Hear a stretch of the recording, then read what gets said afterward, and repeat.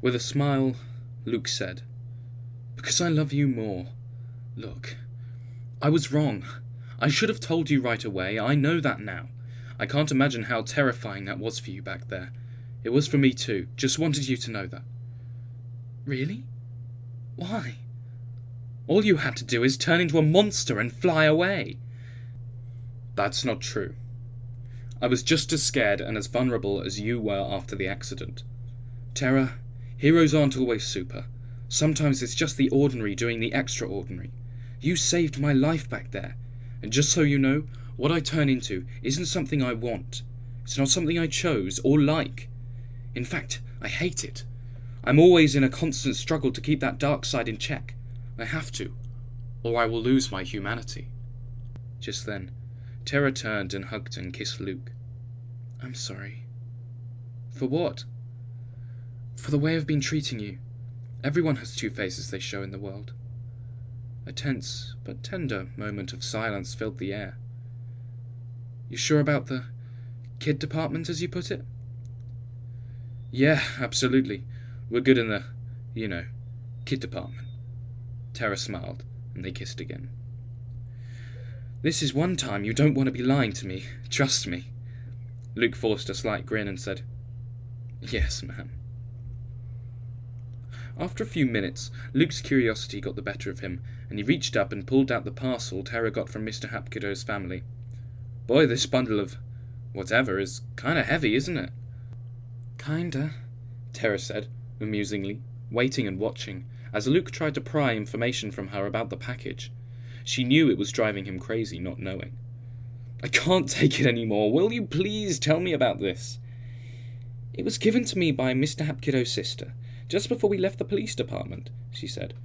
"It was his life's work, and that she couldn't think of a better way to honour her brother's life than to keep his last meeting with me. A person he felt was honest, intelligent, honourable, and very naive, but someone he felt he had a real connection with. I was at a loss for words. I just thanked her and said I would do my best to honour her brother." "Well, that was a compliment, I think. When are you going to look it over?" "Something tells me it will be very soon," she said, as she watched Luke tugging at the corner of the bundle. "Go ahead, just open it," Tara said. "Well, if you really think I should, okay." Luke took out a large amount of very organised folders filled with documents, then began to read a cover letter aloud. "The clock is ticking down on the face of mankind. We are on the verge of something catastrophic. If we do not act now, we as a race could perish. Not by war, but by something more calculating and diabolical. We've been told that the birthplace of the human race was on Earth. That is correct. Earth was the birthplace. But through our DNA, I will prove to the world we were born not once, but twice, and not by a god. The true human race, the Neanderthals, were the original inhabitants of this planet, and evolved on Earth, and are still here, but living underground. But the second birth, us, came later. You see, we are human hybrids. This was done by the Sumerian culture, which dates back to 6000 BC, and is the oldest known culture on Earth, called the Anunnaki. And they not only created us, but they put a secret genetic code in our DNA." Luke looked at Tara and said, "Pretty intense. What do you think?" "And he called me naive. Go figure," Tara said with a grin. Meanwhile, in the cockpit, ground control contacted the pilot. "Flight 209er cleared for Vector 32. The pilot responded, "We have clearance," and took off. Moments later, ground control said, "You're approaching what appears to be a large aircraft going in your direction, about 5 miles from your location, slightly above you and descending. Do you see it?" "Negative." "I see it now." "Can you tell what aircraft type?" "Negative." "Please climb to 35,000 feet. Roger that. Try to establish radio connection." No response.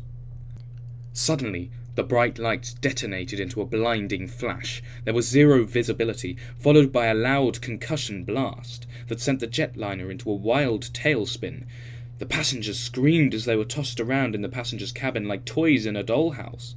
The co-pilot was struggling with the altimeter and flight controls while the pilot was flying the plane alone. It rocked violently as the airliner continued climbing and diving. Then, as quickly as it all began, It stopped. The pilot finally regained control and the plane levelled off. A voice from ground control said, "Do you have control?" There was no response at first, as the pilot wiped his brow. "Affirmative. We now have confirmation that glowing object was a meteorite." "Negative. We got a big hole down there. I saw the glowing object. That was no meteorite." "Do you want to report a UFO?" A moment of dead silence followed. Through the cockpit window, the pilot and co-pilot apprehensively looked down and saw a large crop circle with a gaping hole in the middle. "Negative. Nothing to report. It was just thunder and lightning."